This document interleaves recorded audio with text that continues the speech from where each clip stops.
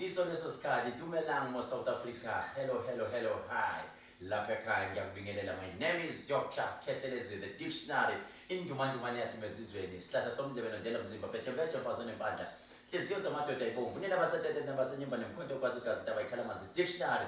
Indaba siyawuthetha umndeni. Namhlanje ngihamba noPastor Sthembiso Zondo, the healer, but he's not a traditional healer, but he is the soul healer. Yabona masudlala lo mculo omnandi, but him uthi mayesezisho lezinto zakhe uzwa ulapheka, uzwe uphila phakathi usekhaya. Mbukeni ke ekhaya namhlanje ngiphethe le ndoda namhlanje ngithi ndoda amadoda babingelele babukele emakhaya. Asibingelele emkhulu bese sibingela ababukele emakhaya umama ubaba ubhuti usisi siyambingelela sesikhona. Right, mayisesho kanjalo usho kahle ke ngoba uthi uyabingelela uPastor Sthembiso Zondo nyamazi ke oyi-motivator futhi aphinde abe umfundisi ebandleni lakhe phansi eintabeni zaseThekwini. Sisakaza bukhoma ke sinsendaweni yaseThekwini lapha eGagasini olwandle siphezulu kwalo ulwandle nje iGagasekhomvu bathi ushawa umoya eBhayibhelini kuthiwa it was a Red Sea lapho uMoses alishaya khona lavuleka kithi. Yeah, uma silithola thina sithola selivulekile. Right, ngizokhumbula ukuthi uKethelezi ngizomthola ku social media yakhe umthola lapha na ku Dr. Kethelezi YouTube channel. Ungakhohlwa ukuthi usubscribe, just press the red button usubscribe. Na ku Twitter uyamthola uthi wena Dr. Kethelezi, na ku Instagram uthi Dr. Kethelezi. Wenze sure ukuthi emanambeni nanka amanamba lana agijima lana amanamba uzowathola. Inamba ozosifonela kuyona it's 072 1234976 072 1234976. Ningakhohlwa ukuthi ningayifaki imali Shoprite, ningayifaki imali ePep. Kodwa namhlanje ke angihambe ngedwa ngishilo ngathi into esizoyenza namhlanje, we are here to talk about a relationship. Yes. Sizokhuluma ngothando.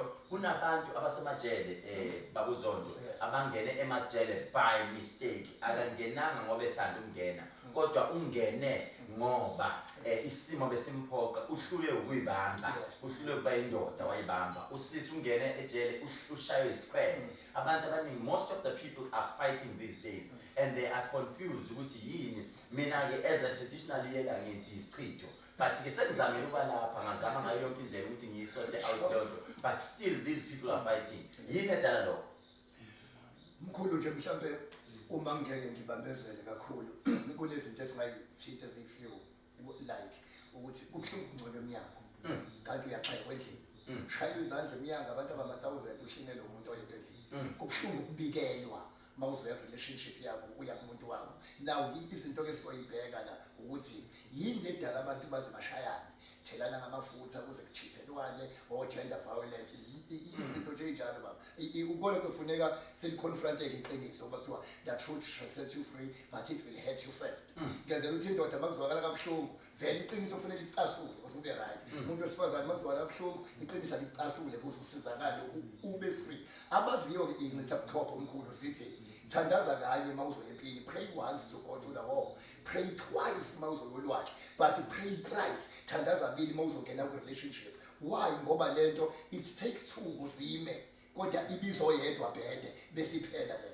Now izinto ke soyicheka mkhulu kakhulu deep masibuya nje ezitolo ukuthi kunento ekuthiwa i-conducive atmosphere.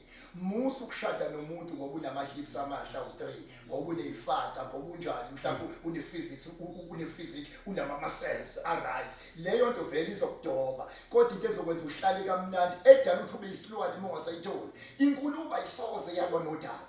Right, nikhumbule ukuthi siku September inyanga yamagugu, inyanga yamasiko. Into esishoyo sithi stay there, ungabaleki, tshela umngane wakho ukuthi sesiphakathi. Kodwa Kethelezi ngiyabuya ngisaya ku break.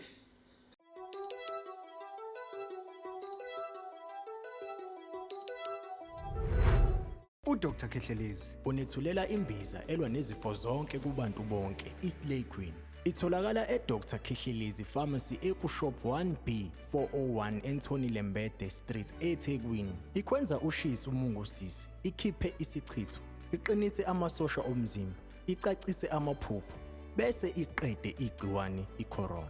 Faka i-order yakho ngokushayela inombolo ethi 066 002 6633 noma ushayele ubhubesi ku 072 123 4976.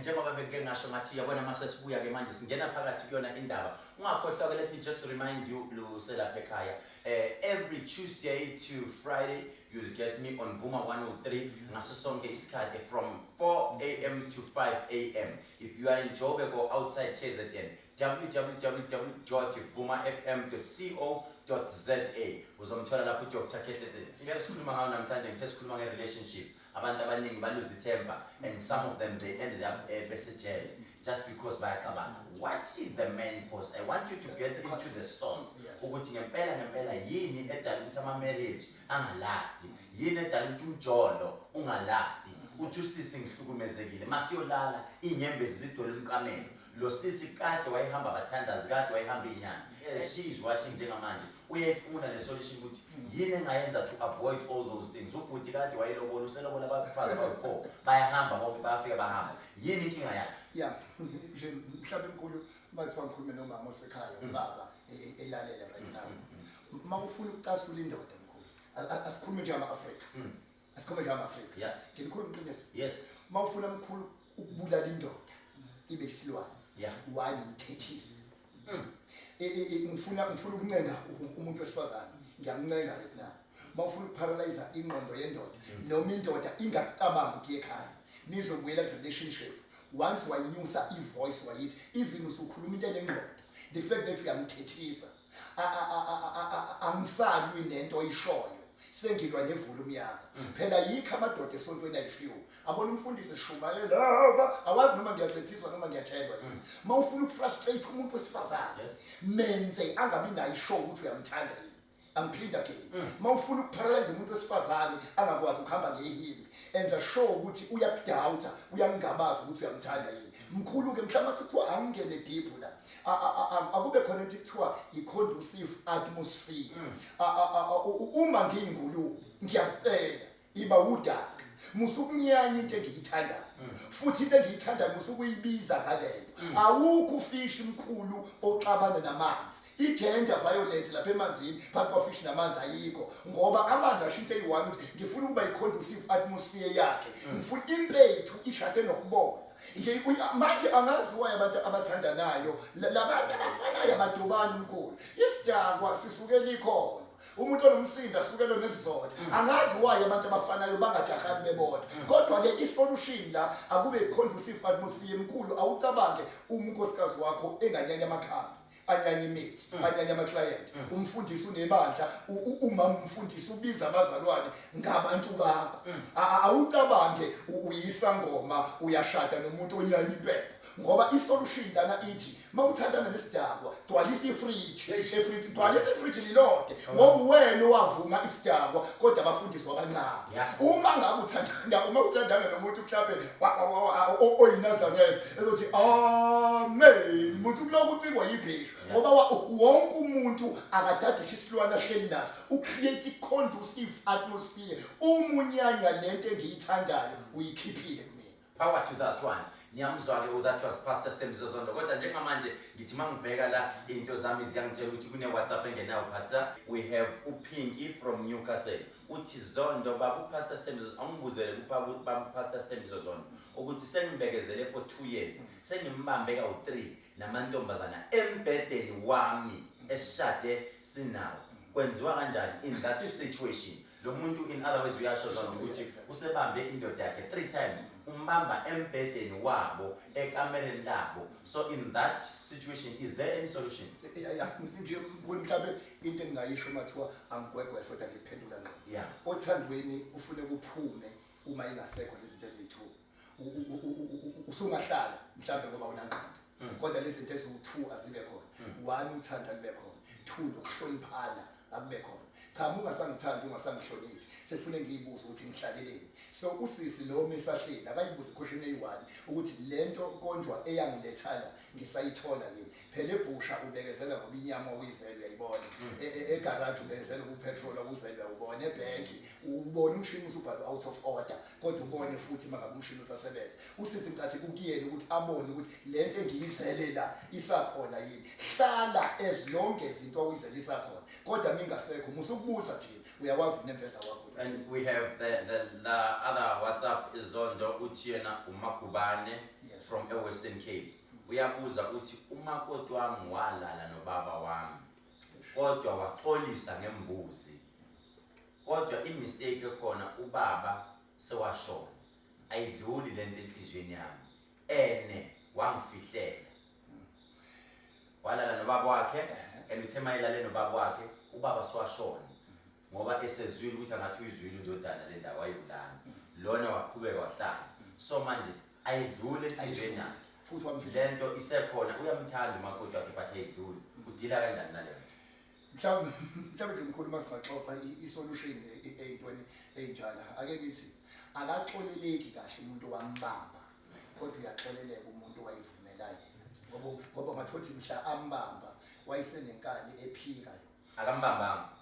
Yinto eyenzeka but isenhlizweni akazi umakoti akazi ukuthi useyazi iloko manje sijike sidla yena umkhwenyana ukuthi sengiyayazi useshaya kabili into eyenzeka ushawa futhi ukuthi iyamudla la ngaphakathi.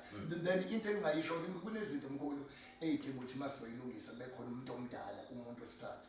So lethi indoda mhla ithatha i-decision ithatha isinqumo abantu abangazi lutho bengeke basho ukuthi ingenxa nabesifazane kuze lo angamkhulumi kabi ngoba angeke silibalekele iqiniso elithi uma indoda ichithele umuntu wesifazane kusengathatha 50 years lo ndoda ingakhohlwana leyo nto ayisoze yadlula.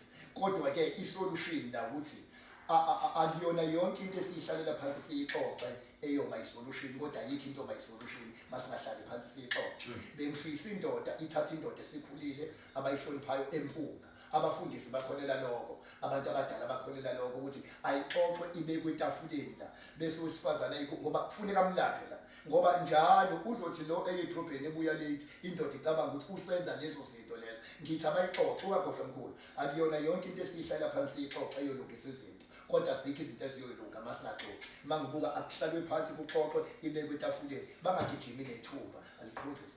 Khumbuleka ukuthi uhleli nodokotela uKhethelezi naye uPastor Thembiso Zondo laphana ku-YouTube Dr. Kethelezi ku-Facebook page inyanga yodumo mzo. Siba nalo njalo lolu hlelo lethu on Friday and on a Sunday siba live. Inamba yase studio it's 0721234976. Yonke indawo lapha ekhona eGoli sithi please don't forget to subscribe. Siyatholakala ku-Instagram Dr. Kethelezi and next week sizobe sinalo futhi our gospel artist esifuna ukuthi siligcine siligodle. Make sure you buy enough data. Make sure you call and your friends ubatshele ukuthi babe live sizobe sikhona. We'll be taking calls and kungenzeka ukuthi now you do have a topic that you want us ukuthi sikhulume ngayo. Please share the story with us on our Instagram noma uyifake lapha ku Facebook page. Noma kuyenzeka ukuthi you want to come into the studio sizoku-interview about something maybe esiko noma about something yasesontweni. It can be anything noma it's something about your business. Wenza sure ukuthi uhlala nathi laphana kwi-email address yethu uthi ekagugu.le215@gmail.com. Njengamanje ngihleli nayo Pastor Thembiso Zondo sikhuluma nge-relationship ngenzeka ukuthi nawe ivithizile i-relationship ngoba iyanivithiza lezi zinsuku invithiza impela uzucabanga uthatha intambo uyikhunge ngoba phela yazi i-relationship noma ungaba utsotsi ube uclever njani but into egoka umuntu i-relationship. Ngisho ngayisifundisa omkhulu ube upresident ube udokotela lento misigila ngazi kubuhlungu la noma kubuhlungu la noma kubuhlungu misigila mkhulu iyaqeda mfiki kodwa ke impumelelo ibuhlungu lethi kuthiwa fall stone ujabule eminyango kade endlini mkhulu you cry uyakhala. Mina ngithi umuntu akasincenge isithanda sakhe mkhulu ungizwe kahle asingagivani kodwa sixoxe. Let us communicate singaconfront.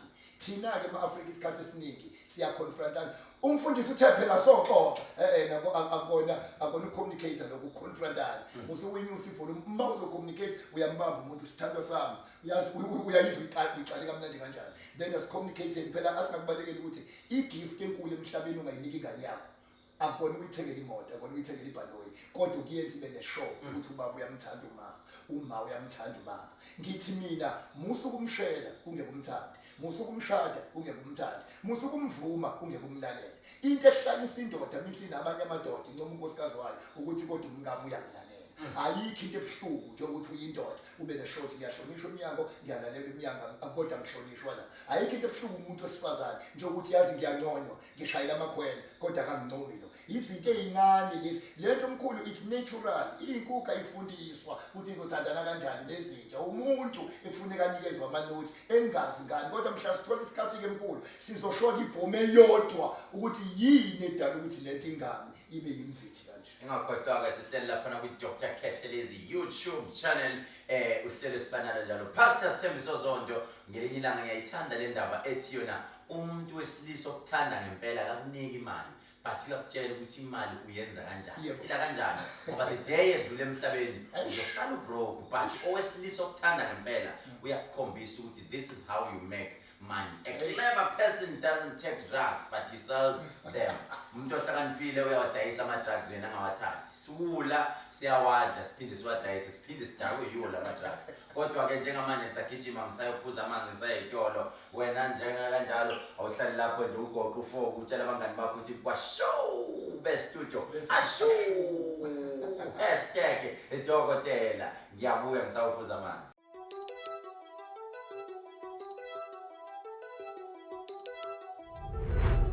UDr Khethelezi unethulela imbiza elwa nezifo zonke kubantu bonke iSlay Queen. Itholakala eDr Khethelezi Pharmacy eKushop 1B 401 Anthony Lembede Street eThekwini. Ikwenza ushisa umungusisi, ikhiphe isichitho, iqinise amasosha omzimba, icacise amaphupho, bese iqede igciwane icorona. Faka i-order yakho ngokushayela inombolo ethi 066 002 6633 noma ushayele ubhubesi ku 072 123 4976.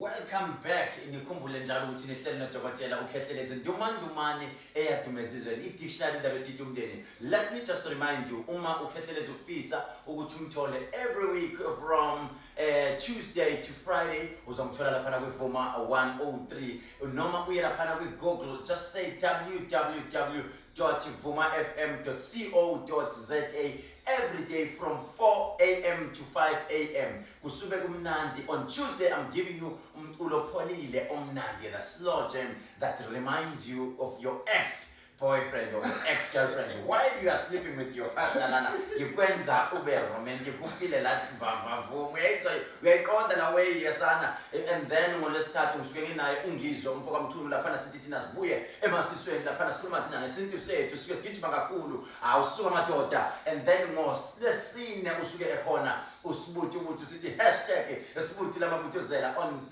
Friday usuke khona Pastor Sthembiso Zondo lapho sithi siyaba motivator sibakhumbuza ukuthi iyini impilo.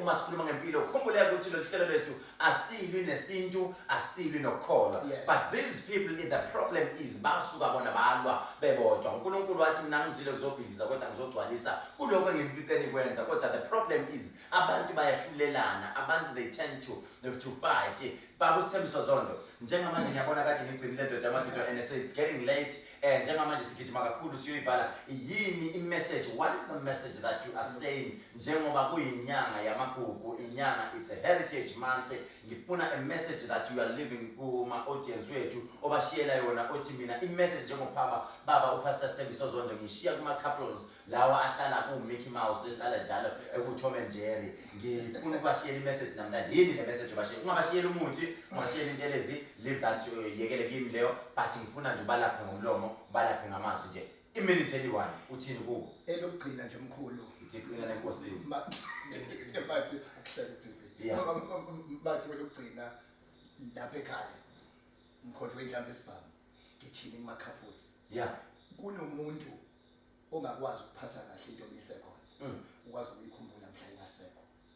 Kubhlungu ukukhumbula into kade uyichaphaza mhlazana impilo isikushayo. Kuthiwa life is like a casino, it's how you use the cards that you have. Bamba lento ke ngikutshela ekhaya A1 unkosikazi wakho baningi abantu abamhalelayo nabanomona. Phatha kahle isithando sakho. Umyeni wakho ziningi igqoka ikete ezokwaratha usiketi ezithi wamnyeka sangena thina. Phatha kahle isithando sakho.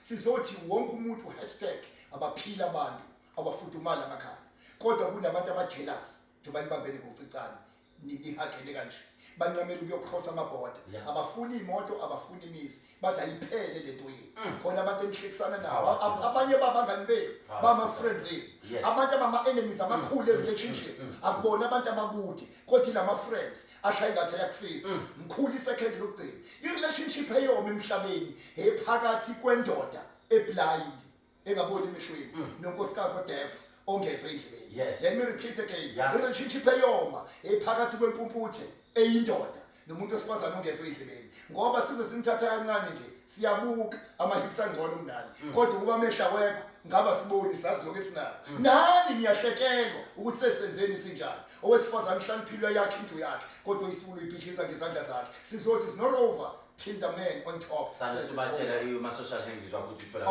okay ukwamanje mkhulu lezi ihekhiwe into yami nami ngiqhaza ukuthi Facebook ngicela nje asithola kule number 066 066 053 053 0791 I can't wait abashadile ukuthi basimeme one day ngiyababona beshada benengane benemizi yabo abashadile ngiyababona uNkulunkulu efudumeza ikhaya labo ayimi imndeni yabantu right ungakhohlwa ukuthi njalo ngolesihlanu siyathola lohlelo lapha lushayela uDokotela uKhethelezi mina nawe ngithi nginithanda ngothando lukaLavu ukuze uphumelele empilweni engizokusho ngithi mina ungalibambi igqubu ungambambeli umuntu ungayifisi indlu kamakhelwane nakho Exodus 20 lisho kanjalo iBhayibheli ungayifisi ungamfisi umfazi kamakhelwane wakho ngoba lokho kuyisono kuyisici esikhulu kakhulu bona relationship yakho ingakulungeli ingoba uthi usunayo into enhle lokubuke kamakhelwane ngabuke kamakhelwane nako kwakho kungenzeka ukuthi ukhuluma kakhulu kanti awazi ukuthi inkingi ikhona umuntu uthi yashunqa la so mina nawe asihlangane next week ngikuthanda ngoLukaLavu uthanda